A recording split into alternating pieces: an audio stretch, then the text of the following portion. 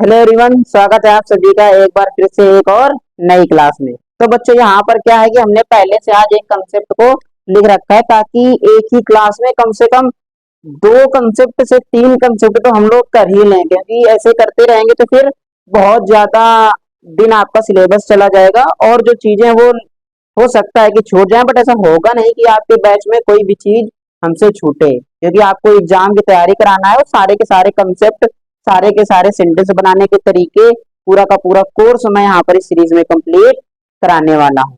तो बच्चों जो क्लास थी, पिछली दो क्लास है उसमें हम सिंथेसिस पढ़ रहे थे, यहाँ पर भी कंटिन्यू करते हैं और यहाँ पर हम लोग पहुंच चुके हैं इन्फिनेटिव का प्रयोग करके सिंथेसिस करना। तो देखिए जो सिंथेसिस इन्फिनेटिव का प्रयोग करते हैं, सबसे पहले जानिए इन्फिनेटिव क्या होता है। बच्चों इन्फिनेटिव होता है टू प्लस वर्ब की फर्स्ट फॉर्म। क्या होता है? टू प्लस वर्ब की फर्स्ट फॉर्म। और अगर इसके हिंदी की बातचीत करें, जब इसका हिंदी में आप ट्रांसलेशन करोगे इन्फिनेटिव का प्रयोग करके, तो वहां पर सेंटेंस जो एक्शन होगा सेंटेंस के अंत में है ना, वो ना नी ने से अर्थ देगा। किससे? ना से। या तो ना आएगा, नी आएगा, या फिर ने आएगा। यानी जो इन्फिनेटिव वाली नॉन फाइनाइट वर्ब होगी इन्फिनेटिव, उसकी मैं बात कर रहा हूँ। जैसे सेंटेंस मैं आपके सामने एक लिखता हूँ, फिर आता हूँ इस तरफ हमने कंसेप्ट की तरफ। जैसे I am going to play. ठीक है, मैं आगे नहीं लिख रहा हूँ, यहीं तक लिखता हूँ। I am going to play.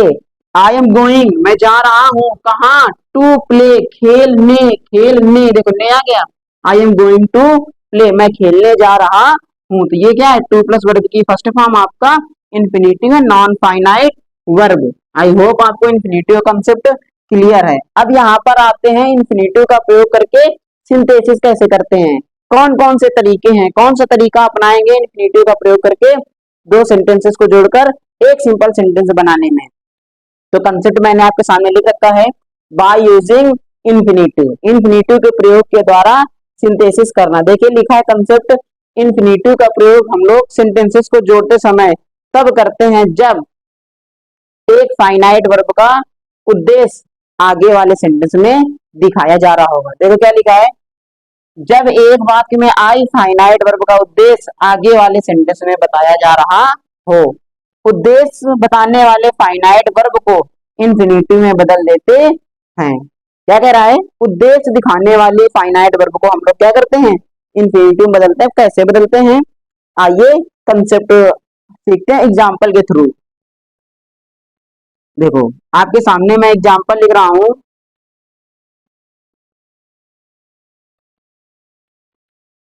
पहले एक सिंपल सा सेंटेंस लिखता हूँ, फिर सारे कंसेप्ट कराता हूँ इसके।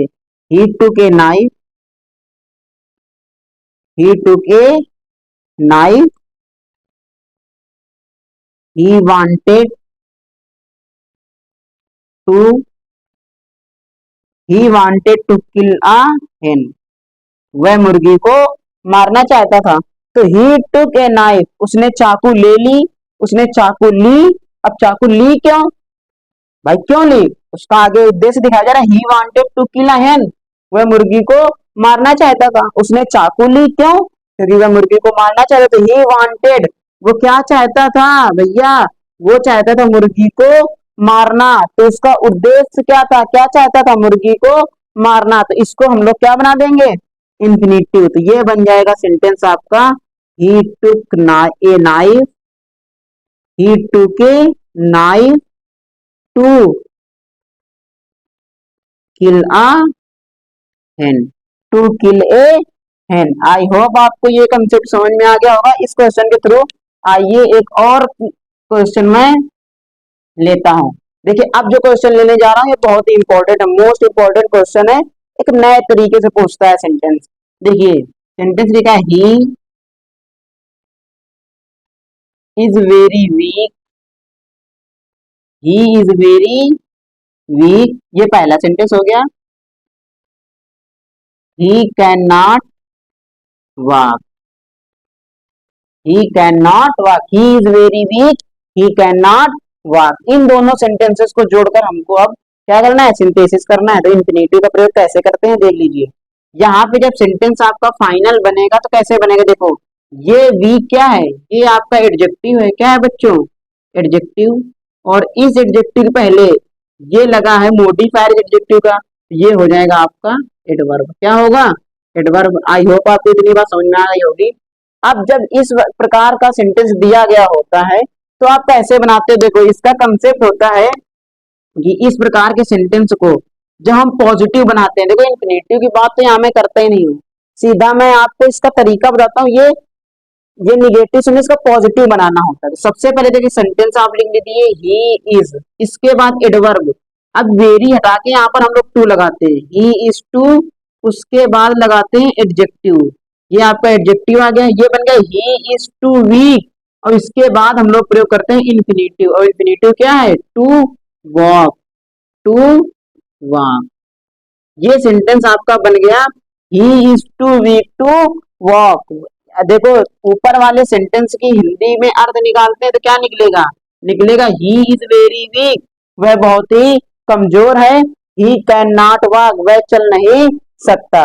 नीचे वाले का अर्थ निकालेंगे तो निकलेगा he is too weak to walk, वह चलने के लिए अत्यधिक कमजोर है, यानी इतना कमजोर है कि चल नहीं सकता। ये कंसेप्ट आपको याद रखना है। देखिए कंसेप्ट कैसे पहुंचता है, जब आप ट्रांसफॉर्मेशन कर रहे होंगे तो वहां पे एक कंसेप्ट होता है removal of adverb too, removal of adverb too. तो आपको इस ये वाला सेंटेंस देगा, इस सेंटेंस को हटा के वहां पर सो दैट से आप सेंटेंस बनाते हो, वो एक अलग कंसेप्ट है, वो वहां बातचीत करेंगे। ठीक है, इस प्रकार के सेंटेंस का। इसी का आपको ये अफर्मेटिव देगा, कहेगा निगेटिव बनाइए, तब भी आप उस प्रकार से ही बनाओगे। कैसे बनाते हो? देखो ये अभी अफर्मेटिव है, कहीं पर निगेटिव वर्ड नहीं है। जब इसको हम निगेटिव में चेंज करेंगे, इसमें साथियों निगेटिव में चेंज करेंगे तो कैसे चेंज करेंगे आप यहीं पर सीख लीजिए। ये लगा देंगे ही, फिर इज, भाई वर्ब जो है। अब लगा देंगे सो, क्या लगा देंगे? सो, फिर एडजेक्टिव आपका आ जाएगा he is so weak that. अब लगा देते हैं that he is so weak, वह इतना कमजोर है। दैट की, कौन? वह, ही। अब इधर शायद आपको नहीं दिख रहा होगा तो मैं यहाँ पे लिख देता हूँ ही कैन नॉट। अब यहाँ पे कैन नॉट क्यों लगाया है? क्योंकि ये प्रेजेंट में ही can not walk, he can not walk, he is so weak that he can not walk, वह इतना कमजोर है कि वह चल नहीं सकता। तो ये क्या हो गया? ये बच्चों देखो सेंटेंस निगेटिव बन गया। क्या बन गया? निगेटिव बन गया। जब आपको इसी सेंटेंस को कहेगा सिंपल से कॉम्प्लेक्स बनाइए, तब भी आप यही बनाएंगे। क्यों? क्योंकि यहाँ पे देखो क्या लगा है, ये भी एक कॉम्प्लेक्स सेंटेंस है। क्या है? कॉम्प्लेक्स सेंटेंस है। एक ये आपकी स्टेटमेंट लिखी है, यानी क्लॉज लिखी है, एक क्लॉज ये लिखी है, और दोनों क्लॉज किससे जुड़ रहे हैं? इस कंजक्शन दैट से। तो देखो कैसे कैसे पूछ सकता है, इस सिंपल सेंटेंस को देख के आपको एक कॉम्प्लेक्स बनवा सकता है। इसी इसी सेंटेंस को देकर कह देगा अफर्मेटिव का निगेटिव बनाइए, तब भी आपको यही बनाना है। क्या करना है? यही बनाना है। ये आपको पूछेगा ट्रांसफॉर्मेशन में, रिमूवल ऑफ एडवर्ब टू वाले कंसेप्ट में। और इसी का प्रयोग करके देखो यहाँ पर इसने सिंपल सेंटेंस हमसे बनवाया है, किससे? इंफिनिटिव का प्रयोग करा के he is very weak he can not walk. तो हम लोगों ने ऐसे बनाया he is too weak to walk. ये आपका एक स्पेशल केस था। आई होप आपको तीनों चीजें, इंफिनिटिव का प्रयोग इसी में समझ में आ गया होगा, अफर्मेटिव से निगेटिव बनाना समझ में आ गया होगा, और सिंपल से कॉम्प्लेक्स बनाना भी आ गया होगा।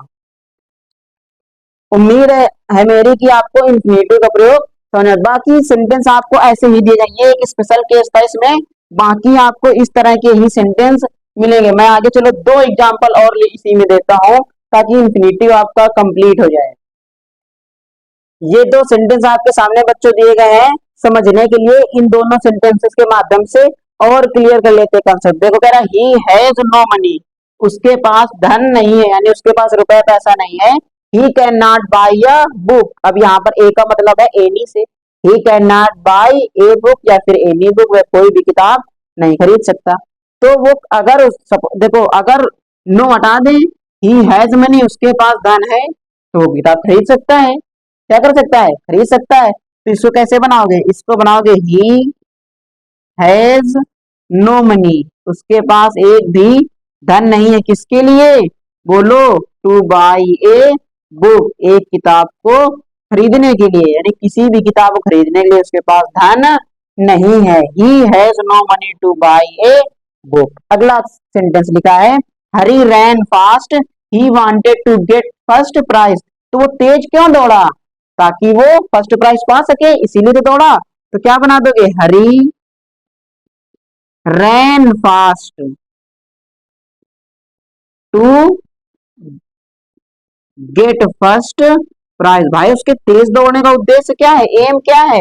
फर्स्ट प्राइज प्राप्त करना। इसीलिए तो मेहनत कर रहा है, इसीलिए तेज दौड़ रहा है। ये हो गया आपका इन्फिनेटिव का प्रयोग। आई होप आपको समझ में आया होगा। अब हम लोग चलते हैं अपने नेक्स्ट कंसेप्ट की तरफ। नेक्स्ट कंसेप्ट कौन सा है?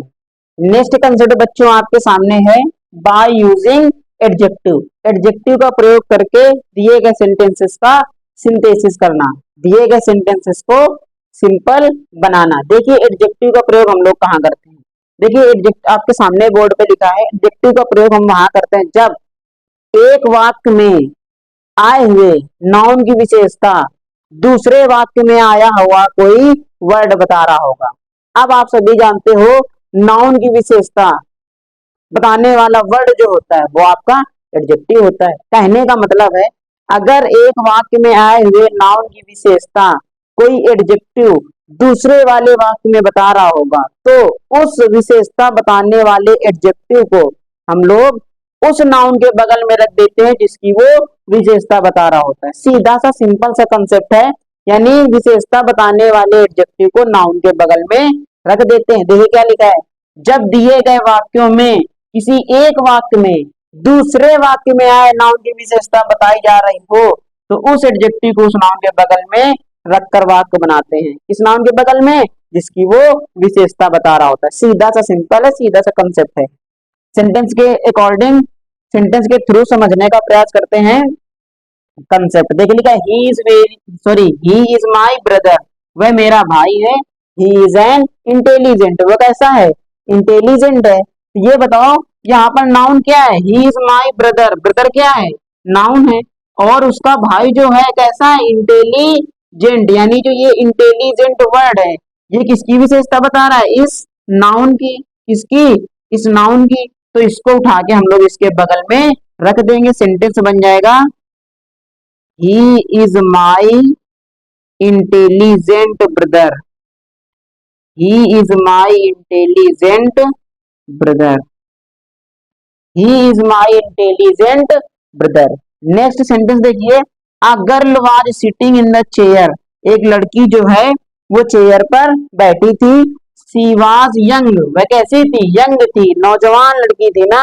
तो कैसी लड़की बैठी थी? नौजवान। यानी इस गर्ल को क्वालिफाई कौन कर रहा है? ये वर्ड यंग। तो इस यंग को उठा के इस गर्ल के पहले लिख देंगे, ये बन जाएगा a young girl. A young girl was sitting, a young girl was sitting in the chair, in the chair. देखिए चलते हैं बच्चों नेक्स्ट सेंटेंस की तरफ। नेक्स्ट सेंटेंस आपका है दे किल्ड अ स्नेक, उन्होंने एक सांप मार दिया। इट वाज पॉइजनस, वो कैसा था? पॉइजनस था, जहरीला था। यानी उन्होंने कैसा सांप मार दिया? पॉइजनस। तो ये बना दोगे sentence they killed a poisonous snake. They killed a poisonous snake. ये आपके सेंटेंस थे। इन सेंटेंस की मदद से आई होप आपको जरूर कंसेप्ट क्लियर हो गया होगा एडजेक्टिव के द्वारा सिंपल सेंटेंसेस का सिंथेसिस करना। तो बच्चों ये जो हमारी क्लास थी, इस क्लास में हमने पहले सीखा इन्फिनेटिव के प्रयोग के द्वारा सिंपल सेंटेंसेस का सिंथेसिस करना, फिर सीखा एडजेक्टिव के द्वारा सिंपल सेंटेंसेस का सिंथेसिस करके एक सिंपल सेंटेंस बनाना। तो दोनों ही कंसेप्ट जो इस क्लास में बताए गए हैं आई होप आपको समझ में आए होंगे। अगर किसी भी प्रकार की कोई क्वेरी है, कोई डाउट है तो आप कमेंट बॉक्स पे पूछ सकते हैं। तो साथियों क्लास को हम यही छोड़ते हैं। आज की क्लास में इतना ही। मिलते हैं नेक्स्ट क्लास में, तब तक के लिए जय हिंद, take care and love you all.